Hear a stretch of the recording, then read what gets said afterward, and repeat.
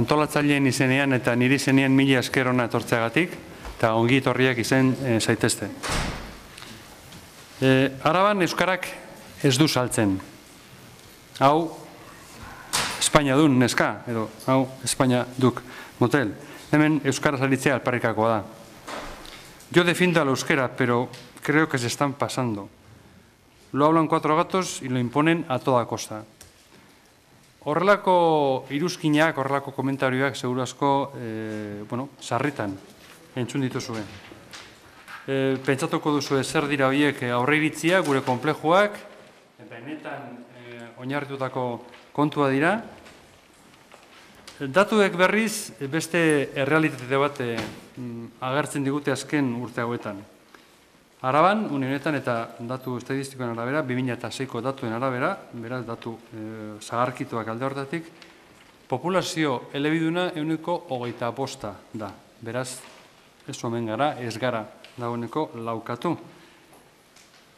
Horrek esan nahi du, 72.000 lagun gutxi gora bera.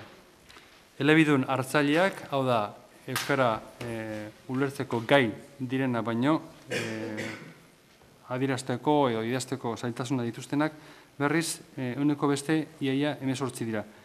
Gutxi gora bera, 50.000 lagun. Horrek esan nahi du guztira, Araban, euneko 53 dela elebiduna edo elebidun hartzailea. 125.000 pertsona inguru. Datu horiek entzun da, badirudi, errealitatea oso positiboa dela, oso baikorra dela. Berriz, alderatzen baldin baditugu, ezagutza mailak eta erabilera mailak konturatuko gara datuak ez datozela bat askotan. Izan ere, Gasteizko kasuan adibidez, erabilera 4% inguruan dabil oker ez banaiz.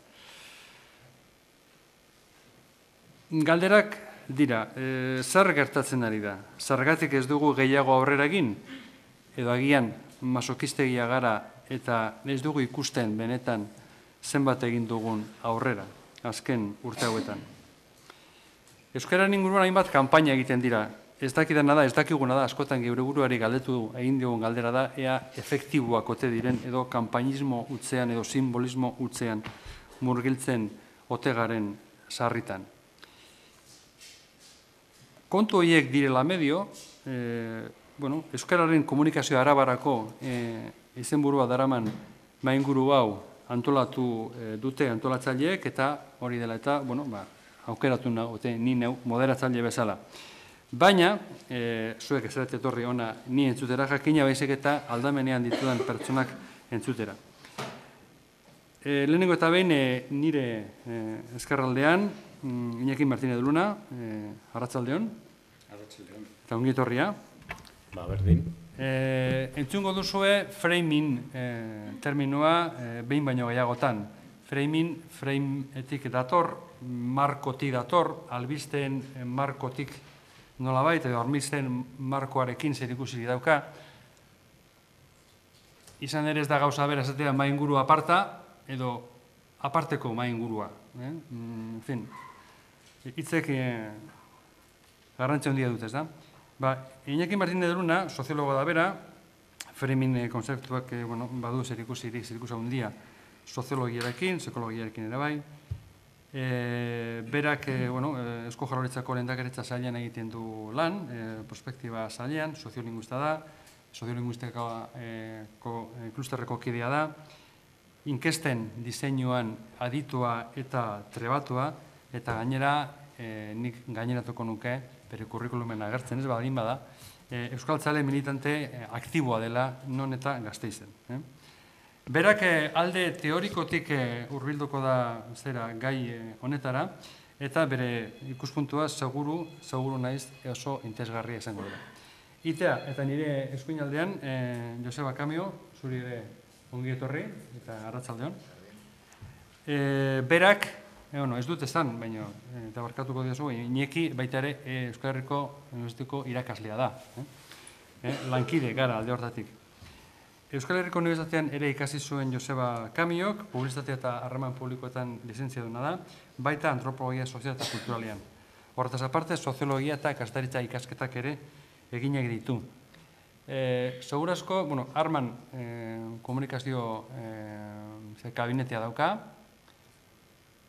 Segurazko, denok gogoratuko duzue 2005an bertsolari txapelketa nagusia, salto izugarri, kualitatiboki izugarri handia izan zen ere bekera eraman zuten, anoetatik bekera.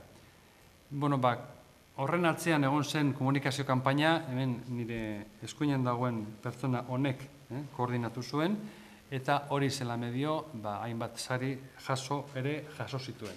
Besteak beste, argia saria 2005an eta urte berean Euskadi Gaztea erratiko saria ere bai. Horretaz aparte, mugimendu sozialekin ere lan egin du, komunikazio kanpaina desente egin ditu, eta Gipuzkoan, adibidez, atesateko kanpainaren arduraduna izan da, Usurbil, Hernanin, Oiartzun, Antzolan, eta abar.